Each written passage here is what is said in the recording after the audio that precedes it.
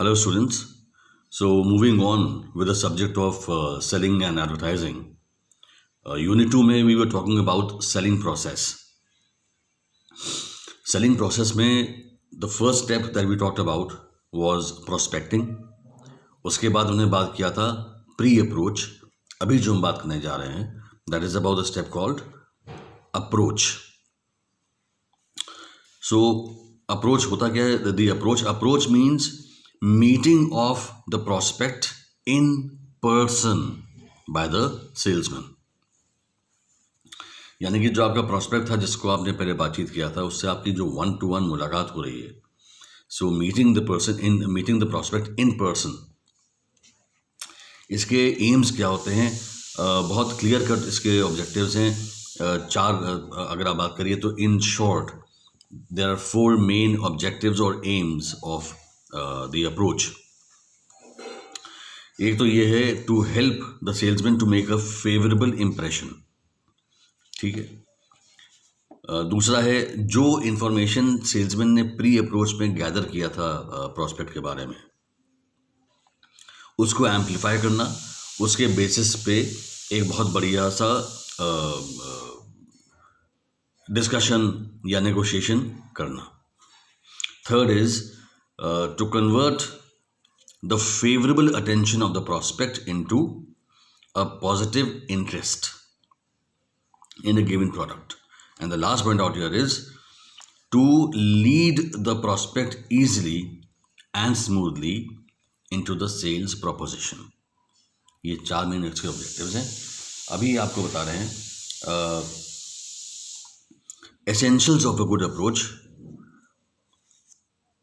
मतलब what are the main features की इसके जो characteristics कह लीजिए, what are the main essentials elements.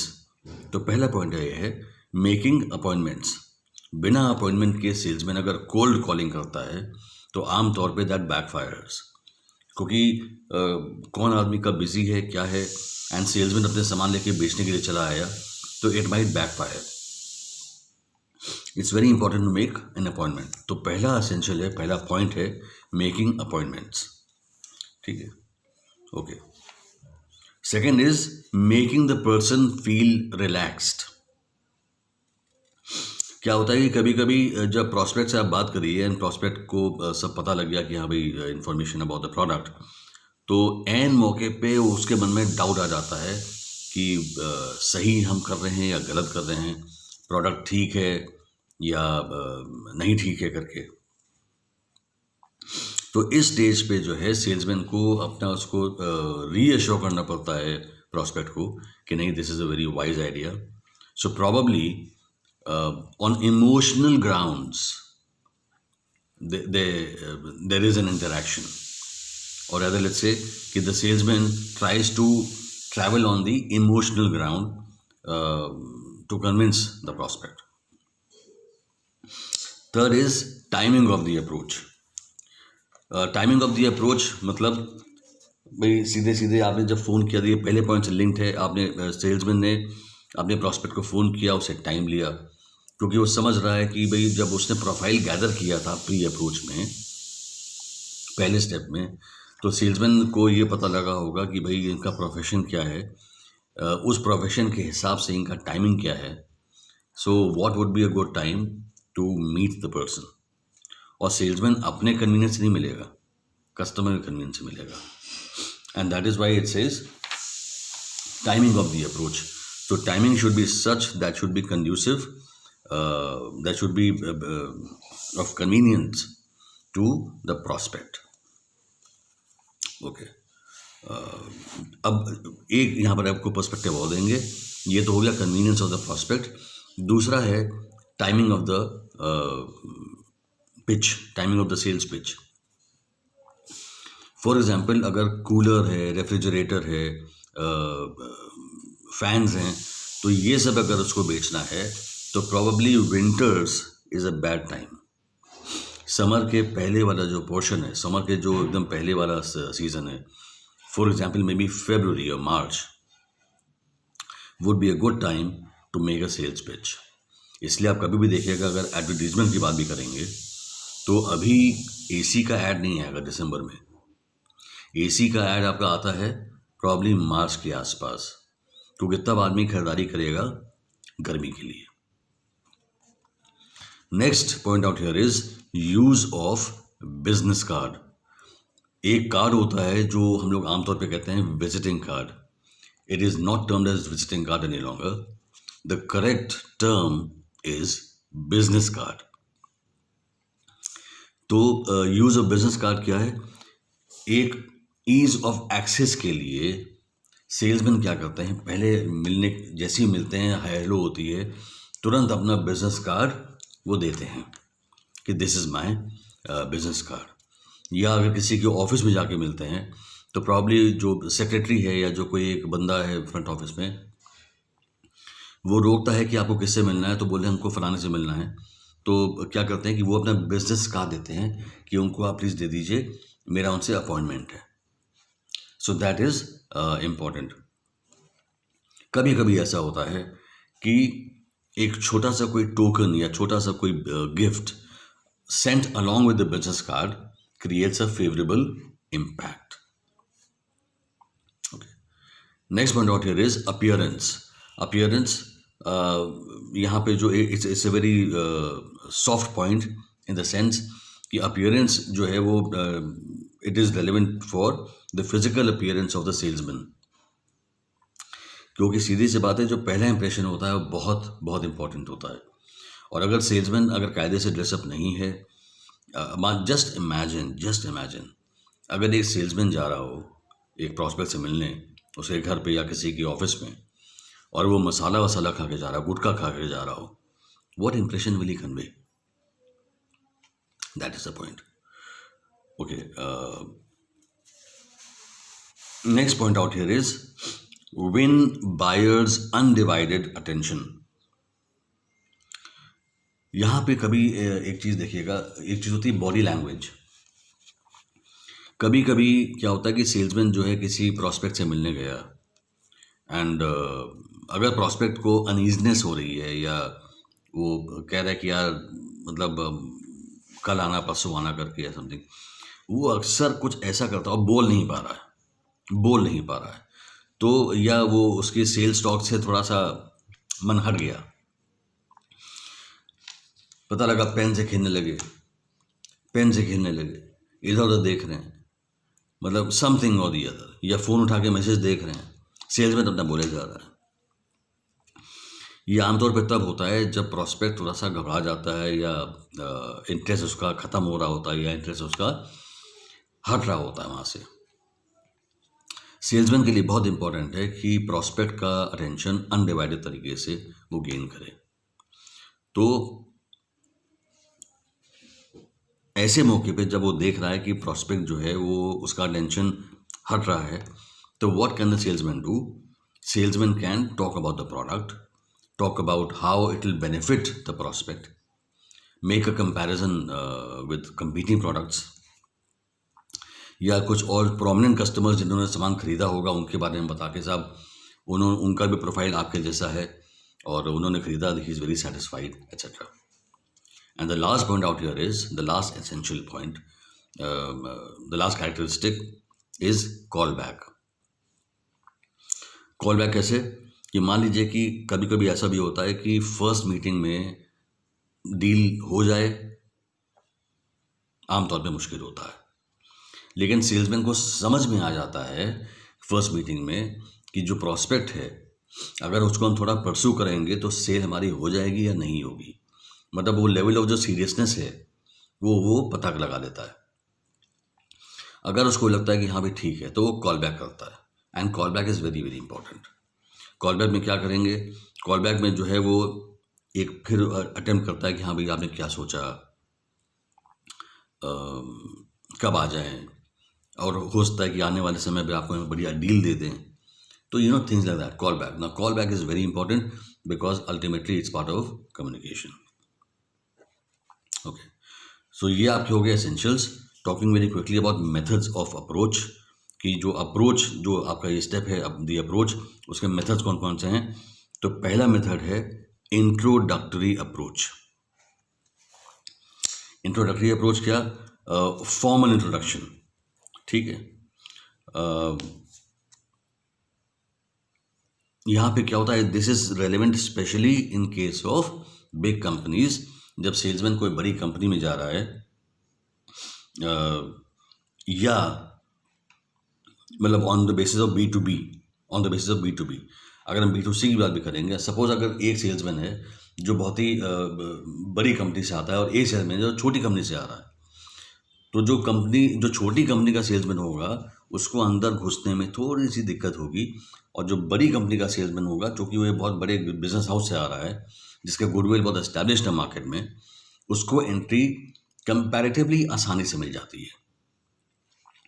Introductory approach क्या बोलता है कि थोड़ा सा, और यहाँ पर एक गलती होती है जो बहुत लोग करते हैं, सेल्समैन में थोड़ा सा एक अहम आ जाता है कि I am coming from this organisation, यानी कि अगर मैं जब अपना बिजनेस कार्ड दूंगा कि भैया देखो मैं फलानी कंपनी से आया हूँ सामान बेचने के लिए, तो he expects some kind of very positive treatment कि हाँ यार बड़ी अच्छी बात है और आप बैठिए बैठिए। So that is the introductory approach. Salesman अगर कोई बड़ी संस्था से ताल्लुक़ रखता है तो उसका एक्सेस, उसकी जो एंट्री है वो कंपैरेटिवली ईजियर हो जाती है। Second method is curiosity approach. Curiosity approach में क्या होता है कि सेल्समैन जब पिच करता है प्रॉस्पेक्ट को, तो वो आमतौर पे क्या कहता है कि अगर आप मुझे अपना 2 मिनट का समय दे दीजिए तो मैं कुछ ऐसा आपको बता सकता हूँ जिससे कि आपका ये फ़ायदा हो सकता है, या आपकी ये नीड पूरी हो सकती है। तो मान लीजिए कोई बिजनेस इशू है, पावर फेलियर होता है, कुछ होता है, तो वो सेल्समैन जो पैसे पिच करेगा कि आपको इस इलाके में आमतौर पे ये प्रॉब्लम देखी गई है, और यदि आपकी ये प्रॉब्लम आ रही है तो if you give me half an hour time और 20 मिनट्स टाइम, तो I can suggest a solution that will eradicate the problem. Curiosity approach, उससे क्या होता है, या मान लीजिए कि अगर आप हमको 10 लाख रुपए आप इन्वेस्ट करेंगे तो आपको हम 10% रिटर्न कैसे कमा सकते हैं आपको हम बता सकते हैं, थिंग्स लाइक दैट। क्या है, उसने डाइवर्ज नहीं किया। इससे क्या होता है, अगले की क्यूरोसिटी बहुत बढ़ जाती है। उस क्यूरोसिटी के चलते वो कहता है ठीक है आप आइए, will talk about for 15 minutes, let's see what you want to offer. तो methods of approach, first approach was introductory approach. जब सेल्समैन किसी बड़ी संस्था से आता है, ताल्लुक़ रखता है, and he gives his business card कि मैं इस कंपनी से आया हूँ, तो कहीं ना कहीं उसको थोड़ा सा ईज मिल जाती है एंट्री के लिए। Second is curiosity approach. जब वो प्रॉस्पेक्ट को पूरी बात न बता के सिर्फ उसको ये समझाने की कोशिश करता है कि अगर आप मुझको थोड़ा मीटिंग का समय दे दीजिए तो मैं आपको कुछ ऐसा चीज़ बताऊंगा जिससे आपका कुछ ना कुछ फ़ायदा हो जाएगा। Third is product approach. इसमें क्या है कि सेल्समैन प्रोडक्ट को फिजिकली, अगर प्रोडक्ट छोटा मोटा उस तरीके से है, या जैसे वैक्यूम क्लीनर वगैरह कुछ है, तो वो प्रॉस्पेक्ट को बोलता है जी आप खुद यूज़ करके देख लो, खुद यूज़ करके देखो। उससे क्या है कि जो प्रॉस्पेक्ट का कॉन्फिडेंस होता है वो ऊपर हो जाता है कि यहाँ पे at least I am getting to touch and feel the product. ठीक है, तो this is a very important method of the approach. आमतौर पे जैसे अभी आप कभी देखिएगा शोरूम पे जाते हैं टीवी उसको देखने के लिए या कुछ, तो तुरंत सेल्समैन कहता है जी ये रिमोट है, आप भी तो करके देखो, ट्राई टू यूज इट। तो वो एक कॉन्फिडेंस आ जाता है। Next is consumer benefit approach. यहाँ पर क्या है कि सेल्समैन कंज्यूमर को, या प्रॉस्पेक्ट होना चाहिए, प्रॉस्पेक्ट को ये बताने की कोशिश करता है कि यदि आप ये प्रोडक्ट लेते हैं तो आपको ये कैसे बेनिफिट कर सकता है। What benefit or benefits does this product offer you if you were to make a purchase? Okay. Just for example, यहाँ पर कंज्यूमर बेनिफिट के बारे में बता रहे हैं कि कोई सेल्समैन ये भी बोल सकता है कि जी आपके घर में मान लीजिए कि ट्यूबलाइट्स लगे हैं, बल्ब लगे हैं, मेरे कहने से अगर आप ये LED वाली बल्ब ले जाइए तो आपका बिजली का बिल जो है वो 6% या 8% गिर जाएगा। अगर आप 1 साल इसको यूज़ करिए तो 1 साल में आपको देखेंगे कि आपका करीब करीब 6 से 8% का बिजली का बिल कम हो जाएगा। It's a very interesting proposition, consumer benefit. ठीक है. Next point out here is जो नेक्स्ट मेथड है that is the premium approach. Premium approach क्या कि सेल्समैन जो है छोटे छोटे कोई वो गिफ्ट वगैरह ले जाता है, पेपर वेट है या कोई कैलेंडर है या डायरी है या पेन है आमतौर पे कि साहब ये दिवाली के टाइम पे या ये न्यू ईयर के टाइम पे कि this facilitates an easy entry. क्योंकि हर इंसान चाहे जितना बड़े पोस्ट पे बैठा हो उसको अगर आप कुछ फ्री का गिफ्ट दे रहे हैं तो कहीं ना कहीं अट्रैक्टिव उसको लगता है. And this is called the premium approach कि सेल्समैन उसको कुछ प्रीमियम दे रहा है एक इंटरव्यू के मतलब अपॉर्चुनिटी के लिए, एक मीटिंग के अपॉर्चुनिटी के लिए. ठीक है. तो इससे क्या होता है कि जो जिस फर्म से सेल्समैन आया है उसकी भी गुडविल एनहांस होती है और सेल्समैन के लिए भी प्रॉस्पेक्ट के मन में एक गुडविल या एक पॉजिटिव इमेज बन जाती है. Okay. Next out here is, हालांकि ये बहुत पुराना हो चुका है और हर वक्त चले ना चले पता नहीं, इसके कहते हैं the compliment approach. Compliment approach मतलब अगले की आप इतनी प्रशंसा कर डालिए तो उसको आप प्रेज कर डालिए कि साहब आप तो बड़े अच्छे आदमी हैं और तमाम क्वालिटीज़ के बारे में कि कॉम्प्लीमेंट्स देते रहना. ज़्यादा अगर हो जाता है तो प्रॉस्पेक्ट सोचता है कि यार ये तो बड़ा चापलूस आदमी है, इससे बात नहीं करेंगे. तो कॉम्प्लीमेंट अप्रोच इतना सेंसिटिव ये मेथड है, इसमें थोड़ा सा मतलब संभल के ही चलना पड़ता है. कॉम्प्लीमेंट्स दीजिए पर उतने दीजिए कि अगला इरिटेट ना हो जाए. Okay. And the last one is out here is the showmanship approach. Showmanship approach कि कोई प्रोडक्ट ऐसा होता है कभी कभी कि जिसको आपको डेमोन्स्ट्रेट करना ही पड़ता है. अगर उसके बारे में आप सिर्फ डिस्क्राइब करके उसको बेचेंगे तो वो शायद ना बिके, आपको उसको डेमोन्स्ट्रेट करना पड़ता है. और अगर उसमें थोड़ा सा एक ड्रामेटिक इफेक्ट आप ले आइए, इट रियली हेल्प्स. तो आमतौर पे साड़ी शोरूम वगैरह में देखे वो सेल्समैन क्या साड़ी पहनता है और बड़े स्टाइल से ऐसे पल्ला घुमा के दिखाता है, जस्ट लाइक ए मॉडल. तो वो उसका बड़ा ड्रामेटिक इफेक्ट होता है. सिमिलरली लैपटॉप और वैक्यूम क्लीनर या आपका जो ये वाटर फिल्टर, इसको वो ऐसे दिखाते हैं, it's a very dramatic effect. ठीक है. तो these were the methods of approach. तो today we finished the third step of the selling process that is called the approach. So we'll talk about more in the next lecture. Till then, take care. Thank you.